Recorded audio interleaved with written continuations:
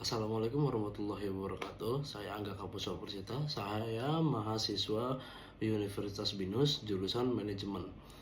Saya akan mempresentasikan ujian akhir semester ini dengan mata kuliah Karakter Building Pancasila.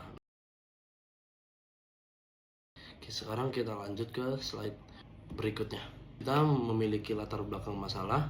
Latar belakang masalah itu ada yang pertama itu kesetaraan gender.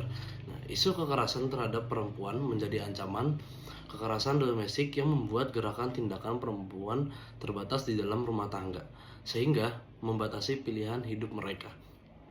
Hal ini terjadi faktor utama pendalaman apakah dengan adanya isu ini justru memudahkan gender perempuan atau justru membuat diskriminasi terhadap gender. Glass ceiling. Glass ceiling atau langit-langit kaca merujuk pada hambatan-hambatan tak terlihat yang mencegah suatu gender untuk mencapai posisi-posisi lebih tinggi di tempat kerja sekalipun memiliki kualifikasi dan prestasi yang cukup. Glass ceiling diperkenalkan oleh Wall Street Journal. Menurut survei Global Gender Gap Report 2020 yang diterbitkan oleh World Economic Forum, hanya 26,4% dari posisi manajemen senior di seluruh dunia dipegang oleh gender perempuan. Hal ini dianggap sebagai situasi negatif yang mempengaruhi karir dalam dunia kerja perempuan. Saya juga sudah mengumpulkan rumusan-rumusan masalahnya. Faktor pertama, faktor-faktor apa yang menyebabkan masih terjadinya diskriminasi dan kesenjangan karir antara laki-laki dan perempuan di tempat kerja? Yang kedua, apakah sistem perekrutan dalam promosi di perusahaan sudah sepenuhnya adil terhadap semua gender? Apakah kebijakan cuti melahirkan dan fleksibilitas kerja mendukung kesetaraan gender di tempat kerja? Yang keempat, sejauh mana kesenjangan upah antara laki-laki dan perempuan masih terjadi di berbagai sektor pekerjaan? Selanjutnya, dari hasil temuan saya yang terjadi di kantor saya ini, sampai saat ini saya belum menemukan kesenjangan karir antara laki-laki dan perempuan. Itu yang pertama. Untuk yang kedua, dari hasil temuan saya, kesenjangan promosi jabatan masih ada yang tidak adil.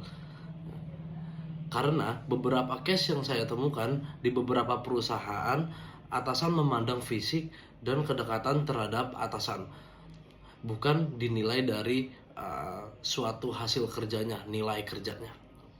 Yang ketiga, saya temukan masih ada kesenjangan cuti melahirkan antara laki-laki dan perempuan. Oke. Untuk yang keempat, kesenjangan upah antara laki-laki dan perempuan sudah 90% sampai 50% tidak ada. Jadi, sebagian perusahaan sudah tidak ada kesenjangan upah antara laki-laki dan perempuan. Aslinya bukan tidak ada, sudah minimal terjadi minimal terjadi itu di perusahaan. Jadi sudah hanya beberapa perusahaan saja yang masih melakukan itu. Untuk slide selanjutnya, saya juga mendapatkan solusi-solusi untuk case-case seperti tadi. Yang pertama, penerapan kebijakan inklusif dan non-diskriminasi di tempat kerja yang sangat penting. Perusahaan memerlukan memastikan bahwa kebijakan perekrutan, promosi, atau remunerasi dilakukan secara adil dan objektif tanpa memandang latar belakang pribadi atau kelompok tertentu atau status kedekatan antara staf dan atasan. Yang kedua, pelatihan dan pendidikan anti diskriminasi harus dilakukan secara reguler untuk karyawan dan pimpinan perusahaan. Ini bertujuan untuk menciptakan kesadaran akan pentingnya kebersamaan antara atasan dan staf-staf bawahannya, serta mengurangi bias dalam pengambilan keputusan. Yang ketiga, pemberian kesempatan yang setara bagi semua karyawan untuk berkembang dalam karir mereka. Jadi maksudnya dari kata-kata ini, kita memberikan kesempatan semua staf, semua bawahan tanpa terkecuali, mau itu perempuan atau laki-laki. Yang keempat, Penerapan sistem penilaian kinerja yang transparansi dan berbasis pada kompetensi nyata.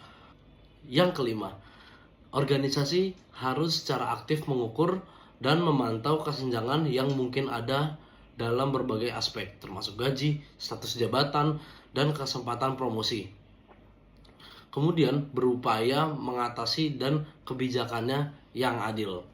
Selanjutnya, kita masuk ke tahap refleksi pribadi. Ya, proyek ini memberikan wawasan tentang pentingnya kesadaran gender di tempat kerja dalam kaitannya dengan kompetensi global. Adaptabilitas membantu dalam menyesuaikan diri dengan lingkungan kerja yang inklusif. Sedangkan pemahaman keterampilan manajemen membantu menganalisa kebijakan yang mempengaruhi peluang karir perempuan. Kolaborasi dalam diskusi memungkinkan eksplorasi pengalaman dari berbagai sektor.